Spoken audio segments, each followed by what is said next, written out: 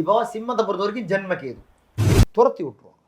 ஒருத்தர் உட்கார விட மாட்டேன், உட்காரவும் முடியாது, நிற்கவும் முடியாது, போக முடியாது. இப்போ ராகு கேதுக்களே பயப்படுற ஒரே இடம் வந்து சூரியன் தான். மீதி எல்லாரையும் அடி படைச்சிடுவான். போகன்றது எல்லாமே போகம்தான். சம்பாதிக்கிறது, புகழடைகிறது, இந்த கள்ள உறவுகள் தான் ரொம்ப இன்ட்ரெஸ்டாக இருக்குது. என்ன குருவோட தன்மையை லாக் பண்ணும். இந்த குரு பயிற்சின்றது பயனில்லாத போகும்னு நம்ம சொல்லலாம். அதான் அந்த கேது என்பது ஒரு விஷயத்தை லாக் பண்ணுறது. சார் இப்போ சிம்மத்துக்கு ராகு கேது பயிற்சி எப்படி இருக்குன்னு சொல்லுங்கள் சார். Okay, right. இப்போ சிம்மத்தை பொறுத்த வரைக்கும் ஜென்ம கேது 7ஆம் இடத்தில் ராகு. கரெக்டா? கரெக்ட். இப்போ பொதுவாக இந்த 7ஆம் இடத்தில் ராகு அப்படின்னு வந்தாலே புது உறவுகள், புது கான்டாக்ட், புது இடங்கள், 7ஆம் இடம்ன்றது முயற்சி, புது இடம், பழகிற சர்க்கிள், மனைவி ஸ்தானம் அப்படின்னு கூட சொல்லலாம். அப்போ 7ஆம் இடத்துல ஒரு ஸ்திர ராசிக்கு 7ஆம் இடத்துல ஒரு பாவி இருக்கிற சிம்ம ராசின்றது ஒரு ஸ்திர ராசி.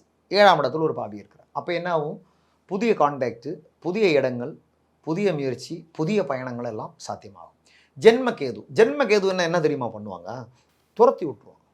ஒருத்தர் உட்கார விட மாட்டேன், உட்காரவும் முடியாது, நிற்கவும் முடியாது, போக முடியாது. இப்போது இவ்வளோ நாளும் சண்டை போட்டுட்டு இருந்திருக்கும். சிம்ம ராசிக்கு 2ல் இருந்திருக்கும் கேது. எங்கள் சிம்ம ராசிக்கு மனைவி 8, அப்போ 2ல் கேது 8ல் ராகு இருந்திருக்கும். இப்போ கரெக்டாக ஜென்மத்துக்கு வந்துட்டார். இப்போ ஜென்மத்துக்கு வந்தால் என்ன பண்ணுவான்? பொண்டாட்டி சொல்லுவான், ஐயோ என்னையா புதுசாக ஏதோ பண்ணுறேன்னு சொன்னேன், போயா, ஏன் உட்காந்துருக்குற? நிம்மதி இடத்துல உட்கார விட மாட்டேன். புது விஷயங்கள், மனைவியால் தொல்லைன்னு எடுத்துக்கலாமா? மனைவியால் தொல்லை தான். மனைவி வந்து எப்படி தெரியுமா? அன்பால் அப்படி இது பண்ணுவோம். ஏன்னா சிம்மத்தில் கேது இருக்கிறதுனால சூரியன் கூட இப்போ உத்தரத்தில் உட்காந்துருக்கும். இப்போ இந்த மே மாதம் 18ஆம் தேதி சாயந்தரத்துலேருந்து பார்த்தீங்கன்னா உத்தரத்துக்கு வந்துடும். உத்தரத்தில் சூரியன் காலுக்கு கேது வரும்போது அது வந்து கிரகணம் மாதிரி ஆகும். அவ்வளோ பவர் கம்மியாக இருக்கும். அவன் வந்து ஒரு மாதிரி நியூட்ரலாக போயிடும். உத்தர நட்சத்திரக்காரன் பொதுவாக இந்த உடைஞ்ச நட்சத்திரங்களுக்கு உத்தரம், உத்தராடம், கிருத்திகை, அவிட்டம், சித்திரை, மிருகசீஷம் இதெல்லாம் உடைபட்ட நட்சத்திரங்கள். வரணும்னு நீங்கள் தப்பா எடுத்துக்காதீங்க சார். உடைந்த நட்சத்திரம் சொல்றீங்களே, அது என்ன? உடைபட்ட நட்சத்திரம்னா ஒரு ராசியில் காலும் மீதி ராசியில் தலையும் வாலுவெல்லாம் இருக்கிறது தான் உடைந்த நட்சத்திரங்கள். இல்லை, எங்களுக்கு நீங்கள் உடைந்த நட்சத்திரம் சொல்கிறது எங்களுக்கு கொஞ்சம் இருக்கு. இல்லை, உடைந்த நட்சத்திரம் அது வந்து ஜாதகத்தில் ஒரு பகுதி. உடைபட்ட நட்சத்திரங்களுக்கு நார்மலாக 7.5 சனியோ 8 சனியோ அந்த ராகு கேது பயிற்சிகளோ பெருசாக பாதிக்காது. இப்போ சூரியன் வந்து சிம்மத்தில் இருக்கும், கன்னியில் இருக்கும், ஆமாம், தனுசில் இருக்கும், மகரத்தில் இருக்கும், மேஷத்தில் இருக்கும், ரிஷபத்தில் இருக்கும், கிருத்திகா, அப்புறம் மிருகசீஷம் ரிஷபத்தில் இருக்கும், மிதுனத்தில் இருக்கும். புரியுது. ஏன்னா இப்போ நீங்கள் சிம்மத்துக்கு ஜென்மகேதை பற்றி சொல்லும்போது உத்தரம் வந்து 1ஆம் பாதத்தில் 2ஆம் பாதத்துலேயும் 1ஆம் பாதத்துலேயும் கேது வரும்போது அவங்களுக்கு பாதிக்காதுன்னு சொல்ல வரீங்க. ஆமாம், ஏன்னா உடைந்த நட்சத்திரம் ப்ளஸ் சூரியன் என்றது ஒரு சிறப்பு. நவக்கிரக நாயகன்னு பேர் அத்தனைக்கும். இப்போ சூரியனுக்குன்னு ஒரு சிறப்பு உண்டு. அவன் எப்படிப்பட்ட அடிபட்டாலும் ஒரு எழுந்திச்சு வரக்கூடியவன். அவன் எல்லா நட்சத்திரங்களையும் வந்து டிசைட் பண்ணவன். ராகு கேதுக்களே பயப்படுற ஒரே இடம் வந்து சூரியன் தான். மீதி எல்லாரையும் அடி படைச்சிடுவான். சனியை கூட அவன் லாக் பண்ணுவான், குருவை லாக் பண்ணிவிடுவான், புதனை லாக் பண்ணிவிடுவான். சூரியனை மட்டும் கொஞ்சம் சிக்கல். அப்போ ராகு போயா சூரியனுக்கும் அங்கே பிரச்சனை தான். ராகு அப்போ கிரகணம் வந்துடும், கேதுவும் அப்படி தான். ஸோ அதனால் வந்து அங்கே வந்து பெரிய பாதிப்புகள் அங்கே வராது. எங்கே இவங்களுக்கு வந்து கொஞ்சம் வேகம் குறையும். உத்தர நட்சத்திரக்காரங்களுக்கு கொஞ்சம் மந்ததை வரும். கிரகணம் என்ன அர்த்தம்? ஒரு மந்ததை தானே, கிரகணம் தானே மந்ததை. பட் அதே நேரத்தில் அது பூரம் நட்சத்திரக்காரனை பார்த்து வரும்போ அவன் என்னென்ன வேகத்தை கூட்டும். வைஃபு சொல்லுவாயோ, இல்லைன்னா மனைவி பூரமானனா கணவன் சொல்லும், என்ன ஏதோ முயற்சி என்ன சொன்ன, என்னாச்சு? ஒரு இடத்துல நிம்மதியை இருக்க விடாமல் உன்னை துரத்தும். அதான் ஜென்மகேது. ஜென்மகேதுவோட அடிப்படை என்பது அது நல்லபடியாக துரத்துறேன்னா மற்ற விஷயங்களுக்கு பிரச்சனைகள் மூலமாக துரத்துறேன்றது அவங்களோட ஜாதகத்திலோட தசாபுத்தி அடிப்படையில் தான் நம்ம சொல்லணும். இப்போது சிம்மத்தில் கேது இருக்காரு அப்படின்னு சொல்கிறீங்க. சிம்மத்தில் ஏதோ ஒரு கிரகம் இருக்குது, அந்த கிரகத்துக்கு மேலே கேது போகுது, சிக்கல். அந்த கிரகத்தினோட தன்மையை காலி பண்ணிடும். இப்போ நீங்கள் நம்ம ராசி பயிற்சியை பற்றி சொல்லும்போது நமக்கு ராசி அந்த இடத்துல இப்போ உதாரணத்துக்கு பார்த்தீங்கன்னா இந்த சிம்மத்தில் குரு இருக்குன்னு வச்சுங்க. அப்போ குருவோட தன்மை என்ன? புத்திரகாரகன், ஒரு தெளிவானது, பணம் கொடுக்க வேண்டியது எல்லாம், அது எல்லாமே லாக் பண்ணுவான் கேது. அது எல்லாமே லாக் பண்ணும். அதான் சிம்மத்தில் ஒரு குரு இருக்கு, அது மேலே கேது. உதாரணத்துக்கு சொல்கிறேன், இப்போ கோச்சாரப்படி இப்போ குரு இருக்கிறத வச்சுக்கோங்க உதாரணத்துக்கு. அங்கே கேது போடனா அங்கே வந்து அந்த குருவோட தன்மையை லாக் பண்ணணும்னு அர்த்தம். குருவோட தன்மையை லாக் பண்ணும். இந்த குரு பயிற்சின்றது பயனில்லாத போகும்னு நம்ம சொல்லலாம்.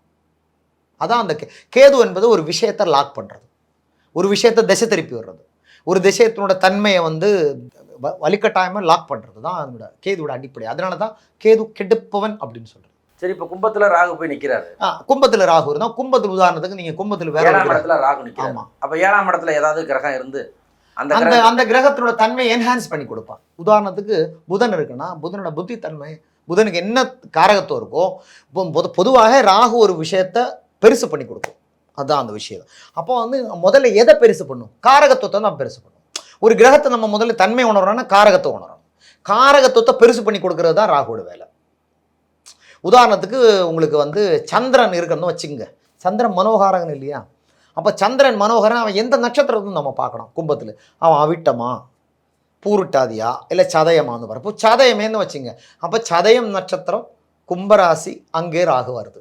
அப்போது அவனுக்கு என்ன ஆகும்னு கேட்டால் அவன் கொஞ்சம் வேகமாக அக்ரெசிவாக இருக்கும். ஏன்னா அவன் நார்மலாக இருந்த வேகத்தோட வேகத்தை ஜாஸ்தி பண்ணி கொடுக்கும்.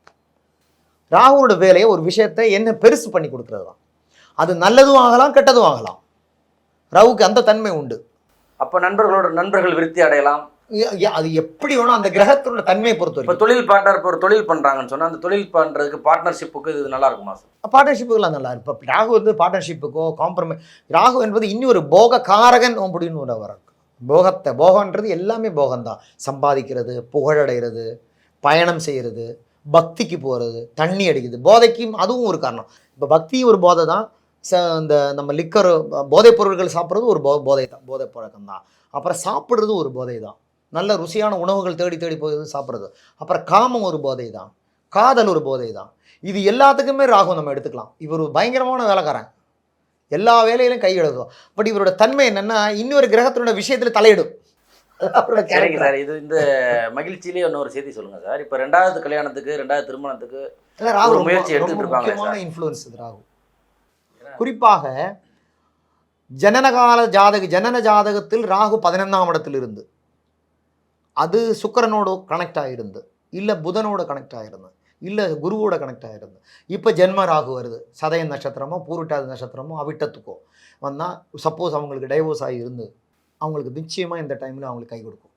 புது உறவுகளை ஏற்படுத்தி கொடுக்கறதுல ராகு கிளாடி, பிரச்சனை கொடுக்கறது வருது. அதனால தான் கேட்குறேன். இந்த கேள்வி கேட்கவும் நான் என்ன சொன்னேன், புது உறவுகள்னு சொன்னால் அப்போ சரி கல்யாணம் ஆமாம் 2ஆம் கொண்டாடி வேணும்னு சொல்லி ஆசைப்படுவாங்க. நார்மலாக ராகு என்ன பண்ணுவோம்னா இந்த கள்ள உறவுகள் தான் ரொம்ப இன்ட்ரெஸ்டாக இருக்கு. என்ன பிரச்சனைகளை உருவாக்கி அது இது பண்ணுறதுக்கு தான் அவரோட இன்ட்ரெஸ்ட்டு. இன்னொருத்தம் பொண்டாட்டியை வந்து நம்ம விருப்பப்படுறது, இன்னொருத்தம் விஷயத்தில் ஒரு அதாவது மறைமுகமாக காதல் வச்சுருப்பாங்க, அதுக்கு ஒரு முடிவு கட்டுறது, எல்லாமே ராகு தான் அந்த விஷயம் பண்ணுவாங்க. ஏன்னா இவர் ஒரு நிழல் கிரகம். இவரோட அடிப்படை என்றதை ரகசியமாக பண்ணுறது தான், மறைச்சு பண்ணுறது. ஆனால் மறைச்சு திரும்ப தெளிவாக புத்திசாலித்தனமாக பண்ணுவோம். இவங்களுக்கு வந்து இரவு நேரங்களுக்கு தான் பவர் ஜாஸ்தி. ராகு பவர் உள்ளவங்களுக்கு இரவு தான் பவர் ஜாஸ்தி, இருட்டு தான் இவங்களுக்கு பிடிக்கும். 2வது பேருக்கு வந்து பக்தி பார்த்தேன்னா பக்தி பயங்கரமான பக்தி இருக்கும். இப்போ சித்தர்களெல்லாம் எடுத்து பார்த்தா நிறைய ராகு சம்பந்தவங்களாக இருக்கும். நிறைய பாடல்கள் எழுதிய ஆழ்வார்கள், நயனர்கள்லாம் ராகு சம்பந்தப்பட்ட திருவாதிரை, சதயம், சுவாதி நட்சத்திரத்திலாம் பாருங்க ஏகப்பட்ட ஆழ்வார்கள் இருக்கும், நயனார்கள் இருக்கும். இப்போ பாடிய சிவவாக்கியருக்கு பாட்டப்பட்ட பாடல்கள் எல்லாம் நிறைய இது ராகு சம்பந்தப்பட்ட. ராகுன்னாலே சிவன் தானே, அப்படி தான் நம்ம எடுத்துக்கலாம். கரெக்டாக? ஸோ இந்த ராகு கேது பயிற்சியை பொறுத்த வரைக்கும் சிம்ம ராசியை பொறுத்த வரைக்கும் ஒரு விதமான தொல்லை இருக்கும். கும்பராசியை பொறுத்த வரைக்கும் இந்த ஜென்ம ராகுவா இதனால் ஒரு விதமான தொல்லையும் நன்மைகளும் கலந்துருக்கும். ஸோ வந்து 50-50 சொல்லலாம், நன்மை தின்மை. மகிழ்ச்சி சார். என்னை பொறுத்த வரைக்கும் இந்த ராகு கேது பயிற்சி ரொம்ப நல்ல ஒரு பயிற்சி தான். அத்தனை பேருக்கும் சொல்கிறேன். என்னென்னா காலச்சக்கரத்துக்கு 11ஆம் இடத்துக்கும் காலச்சக்கரத்துக்கு 5ஆம் இடத்தும் இந்த விதியை குறிக்கக்கூடிய, விதியை முடிவு பண்ணக்கூடிய பிளானட்ஸ் வந்திருக்கிறது ஒரு சிறப்பு தான். இந்த உலகத்துக்கே ஒரு மாற்றம், ஒரு முன்னேற்றம். இப்போ நமக்கு கோவிட் எல்லாம் வந்து ஒரு ஒரு டென்ஷன் இப்போ இந்தியாவில் ஒரு வார் டென்ஷன் உருவாகிட்டு இருக்கு, இந்தியா பாகிஸ்தான். இதுக்கெல்லாம் தாண்டி ஒரு தெளிவு வரக்கூடிய, அடுத்த ஒரு மாதத்துக்குள்ளே பார்த்தீங்கன்னா ஒரு தெளிவு வரக்கூடிய காலகட்டம். இது ஒரு நல்ல சிறப்பான காலகட்டம் தான் சொல்லணும். எல்லோரும் மகிழ்ச்சி அடையிட்டும். எல்லாம் இல்லை இறைவனோடு என் சிவன் பெருமானோடு பிரார்த்தனை பண்ணிக்கொள்கிறேன். நன்றி, வணக்கம். ரொம்ப நன்றி சார்.